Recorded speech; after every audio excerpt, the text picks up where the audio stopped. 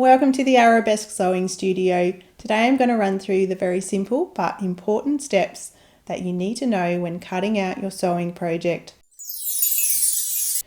So I get a lot of questions about this. I thought I'd run through the steps on how to work with fabric grain and directional fabric, how to trace your paper templates that you print from your own printer, and how to cut everything out at the end, whether you're working from measurements or working from templates.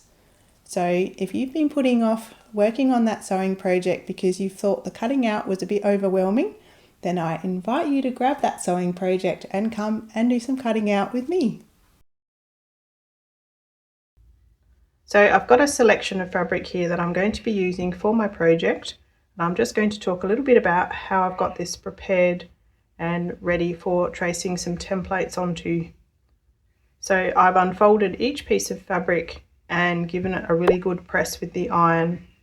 And this is really important because if you've got any harsh creases on it and you're trying to put a piece of paper on top and trying to trace around it, you're likely to get a wonky shape if your fabric isn't sitting nice and flat for you. So I do recommend that if you've got a fairly lightweight cotton, that you give it a bit of a press with some starch as well, and that just helps stiffen everything up and stops it warping and moving under your scissors or your rotary cutter as you're cutting it. And if you're just very new to cutting fabric, this can be quite a game changer because it helps the fabric behave a bit more like paper and just gives you a bit more of an edge on getting some great accuracy, because you're not having to cope with that fabric moving and pushing itself out of the way under your blades as you're cutting. So the type of fabric that we're going to use today is a woven cotton fabric, and this means that it's got a row of threads going one way and a row of threads going at 90 degrees the other way. So when you have a look at the piece of fabric that you have, you might have one of these bound edges on one edge, or maybe on both edges, depending on how wide the piece of fabric that you have is. So this is known as a selvage, and this is where all the woven edges are joining at the edge of the fabric. So from one selvage all the way to the other edge of the fabric, this is called the width of the fabric, and that will vary a little bit depending on the type of fabric that you've got. And the threads going parallel to the selvage are known as the grain. So when you're going to be making a project that has a particular direction that you want the fabric to face, so say you're making the Crafted Life Companion and you want it to be facing you as you are looking at it, then you're going to have to pay attention to some of the fabrics as you're cutting them out so that they won't be upside down after you've sewn them together. So this is known as directional fabric.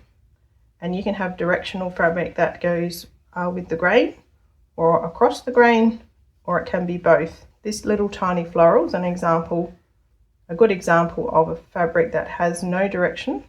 It doesn't really matter whether you would place the piece this way or upside down, the effect's going to be the same. This larger floral is pretty much the same as well. When we get to this really cute little print here with the vegetables on it and little signs with the vegetables names on it, this is a good example of a directional fabric. So you've got the words that you would probably want to face right side up and the vegetables that you would also want to show facing the correct direction. So this is just something to bear in mind. If you're going to be placing a template on here, you'd want to be facing this the right way. And on my templates, in my latest patterns, we've now started putting a directional fabric little symbol on here so that you can make sure this is facing the correct way. So when you're getting ready to trace, I recommend that you have a fabric marker that you're comfortable drawing onto your fabric with. So this one is a water erasable pen here by Clover, and this means you can draw all over your fabric and it will rinse out with some drops of water. These ones are friction pens which will erase with heat, Not everyone's comfortable using this on their fabric because it doesn't always completely erase. Typically I use these all the time. I haven't really had a problem with this being an issue, and you can actually just use a regular biro, but just be aware that this will be a fairly permanent line on your fabric, and if you decide to move something later on and redraw it, you might end up with this in the place you didn't really intend. So just really think about that if you're going to use one of these. Now, I recommend that you have a really sharp pair of scissors that you keep just for cutting fabric, because cutting anything else with your scissors is going to make them blunt very quickly. So having a beautifully sharp pair of scissors is not a luxury, it's actually really essential to get a good cut out of your scissors and a really neat, accurate cut on your fabric. So if you're going to be tracing everything from templates, you might be very happy just cutting everything out with your pair of scissors. I typically do a little bit of a combination of cutting with scissors and also cutting with my rotary cutter and cutting with a quilting ruler. And I love to do this because if I've got anything that's got a lot of really straight edges, long straight edges, then I find the combination of this and my cutting mat underneath is just a very accurate and fast way of getting lovely straight lines that I can be really confident are accurate. So I'll be showing you a combination of these two today, and of course you don't need to use one of these at all. If you're not confident using a rotary cutter and a ruler, or you don't have any of these, then a regular pair of scissors and just your marker is going to be perfectly fine. So now I'm going to be tracing these flaps onto the fabric, and because this is a very busy fabric on the front, I'm going to be working on the wrong side of the fabric here so that I can see my line a little bit better. What this means for this particular piece is I'm going to have to reverse it though, because this is a directional piece that needs to face this direction when it's on the right side of the fabric.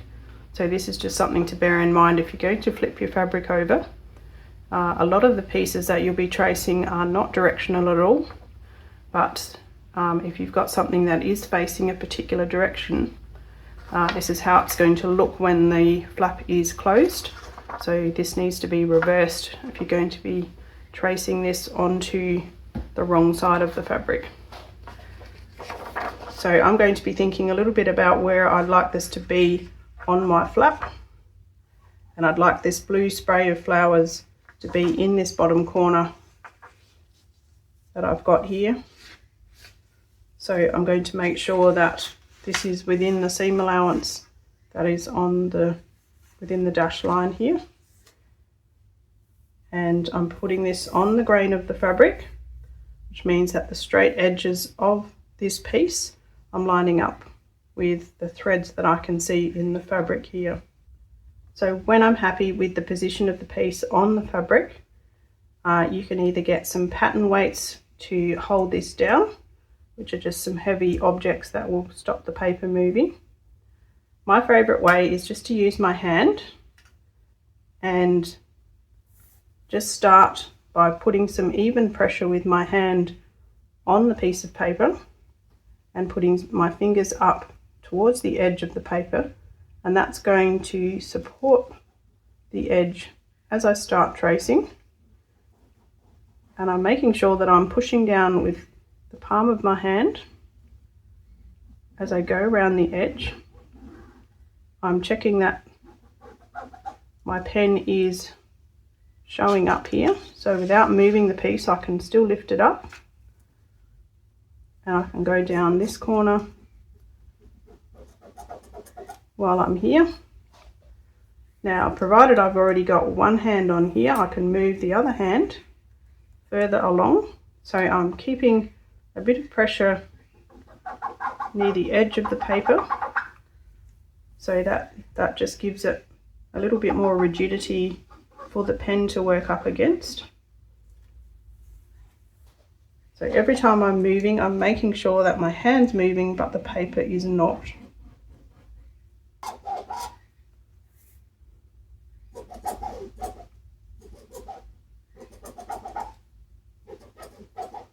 So I'm not too worried about getting the pen on the paper because this is a heat erasable pen. So if you end up making your template a bit messy, you can just run the iron over it really quickly and that will all disappear. So before you lift your page right off, just check on all sides that you've got the marks showing adequately, and then you can lift off your template and see the line that you've traced, and I'm pretty happy with that. So I'm also going to be tracing this flap out of this nice floral fabric as well. And what we're wanting to do when we're tracing this is to reduce the waste as much as we can. So if possible, I would like to be able to fit this above here, so I'm only using this much of the fabric, but there's not quite enough left here. So I'm just go ahead and trace this one here. And of course, because I'm tracing this on the wrong side, I'm also going to be flipping this back the other way as well. And I just want to have a bit of a look and see if there's any bits I want to particularly catch. And I think I quite like these little bits of blue daisies here and the pink here, so I'm going to be going quite close to the other one here. So don't be afraid to put your pieces lovely and close together to reduce any waste that you can. So I'm just going to go ahead and trace that same as the other piece.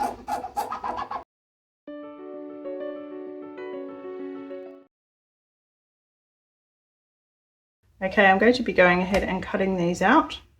So I've got a rotary cutter and a ruler for my straight edges here. And what I'm going to be doing is cutting exactly on that line, just as we did before.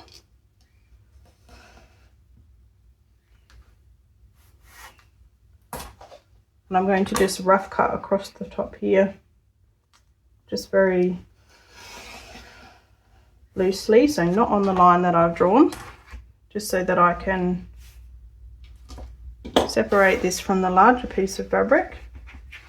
I can fold that up and use that for something else.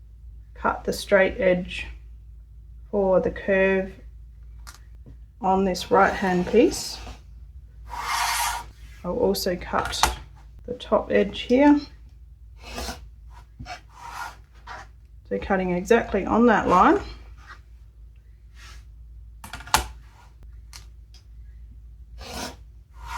So now I've just got both these curves to cut here. So this is where I'll grab my scissors and I'm going to cut just the way I do with the paper by keeping my scissors fairly open and keeping the cuts up in the top half of the scissor blade, where you've got a lot more control. So you can do this with your fabric still sitting down on the bench, or you can lift it up like I'm doing. It really depends on what you're comfortable with. So this is one piece nicely cut out here. So now I'm going to just go ahead and quickly cut out the other one.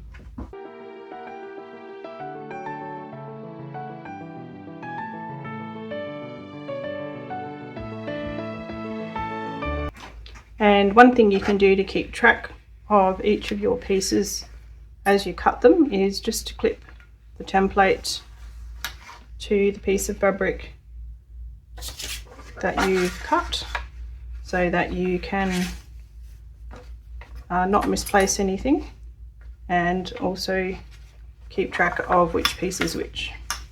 So here I'm cutting out the fabric for the spine that I'm going to be using on my Crafted Life companion, and I want to make sure that the stripes on the spine are going to be parallel to that exactly. So I've made sure that the lines are running parallel to the lines on the quilting ruler and cutting this to the right size.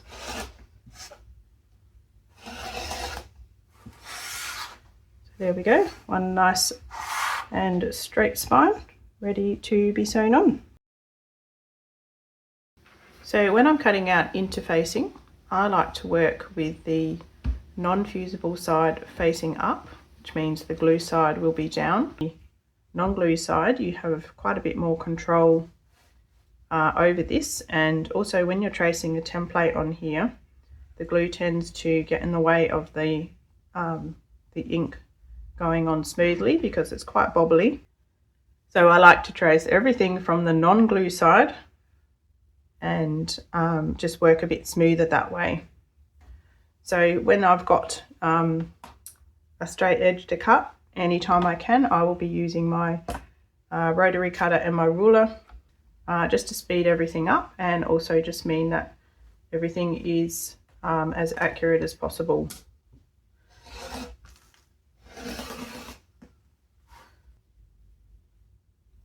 So when I'm tracing one of the templates, I will hold it on there nice and firmly, still keeping my fingers near that edge that I'm tracing, just to get maximum support along that edge. Now I'm tracing on the non-sticky side, so the glue's underneath, and I've actually traced this template onto some light cardstock, which makes it even easier to trace when you're doing interfacing. So one good thing about interfacing is you can tessellate your pieces here, so as long as you're following the basic grain of the piece, so you're not going to go cross grain with this, sort of wanting to follow the threads as best we can. You can flip your pieces around to get the best use of the space out of them. After I've traced some of the templates, I'll be cutting out on the line here with my rotary cutter on the straight bits that I can.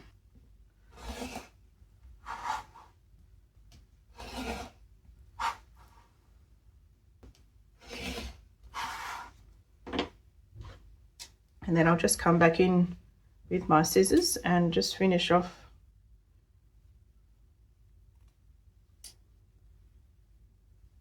these little curved edges.